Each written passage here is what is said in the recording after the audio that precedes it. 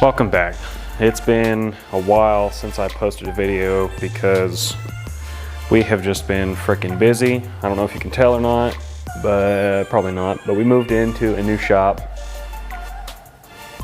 It's a little smaller than the last one. You know, it's like 10 foot. It's 10 foot, I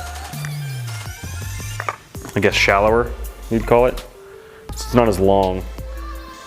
It's a big difference in price for, you know, just having that 10 less foot there. And so it's no worries. I can still get everything that I need to get done. The Civic's still in the shop. That's actually what I am working on today. It's been sitting in the background quite a bit, and a lot of my last video and a lot of my other videos, it's been just sitting back there. And I had a B18, I had an actual GSR in the car, and I pulled it out. Some of y'all are gonna lose your shit over this, but I pulled it out to put a D16 back in it. And why did I do that? Well, for me anyway, D16 transmissions and parts and everything are a lot easier to come by, especially, you know, our junkyard we have here in town. It is just loaded with D16 parts, so I can still make 400 or 500 horsepower with a D16 and be a lot easier to fix. So today we're just kind of setting bearing clearances. Oops. Already done set all the bearing clearances for the block. All the main bearings, I did check them with micrometers and just did the math, but I always like to go back on assembly and just use this. It's a plastic gauge. It's real cheap. It's kind of a, you know, people say you can always do the numbers and the numbers don't lie, but I just like to double check it with that. It's super cheap, and it's an extra, you know, 30 minutes to do while you're assembling. That way you can just know for sure. That way you didn't do your math wrong or just something measured weird or something like that. But I didn't get a video, but I got a picture. I'll probably put that in here. But plastic gauge is pretty easy to use. If y'all want, I can make another video about that. But basically you just put the crank in, get your girdle on, torque everything down, dry, no lube or nothing. And once everything's torqued, you just untorque it without rotating the crank at all. Make sure you don't move the crank. And you use this, let's see if it'll focus. And it has your measurements on there. And it shows how much clearance is between the crank and the actual bearing.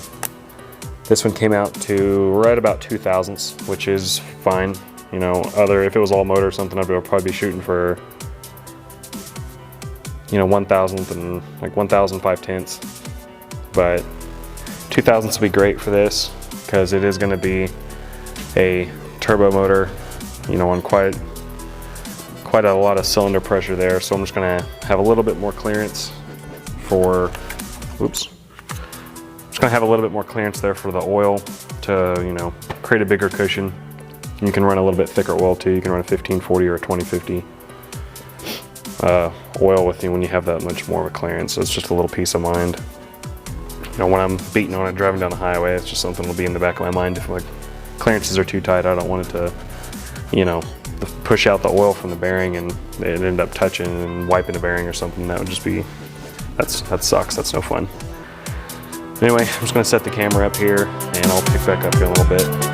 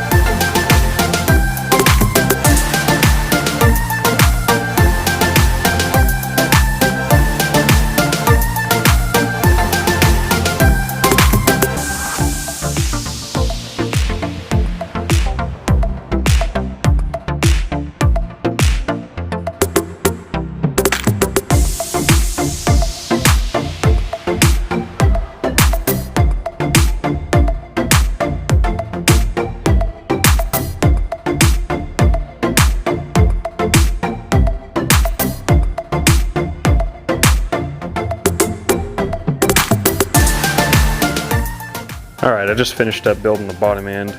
I got the whole short block put together minus the oil pump and water pump and stuff. I got the rods and pistons in. It came out really good. I love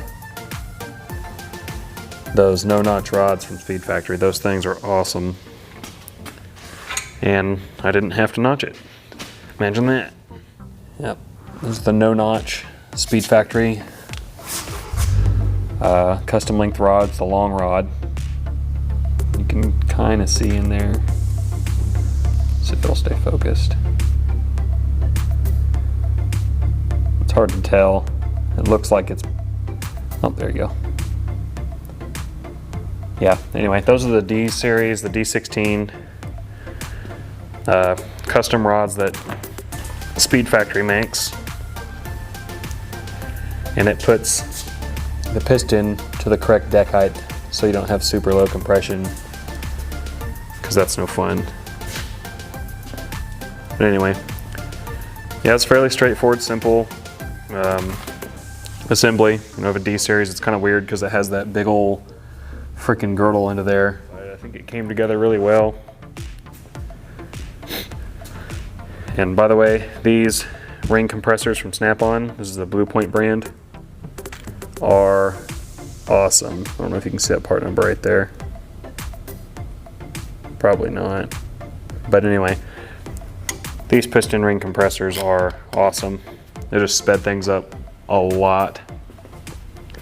Anyway, I'm gonna get out of here. I'm gonna get going home. The kids are freaking freezing in here. The new shop doesn't have any insulation on the front wall. I don't have any of my wood up. I'll probably put that wood up there like I did in my other shop to kind of keep the cold out. And I need to get diesel for my diesel heater. Anyway, I'll see you guys next time.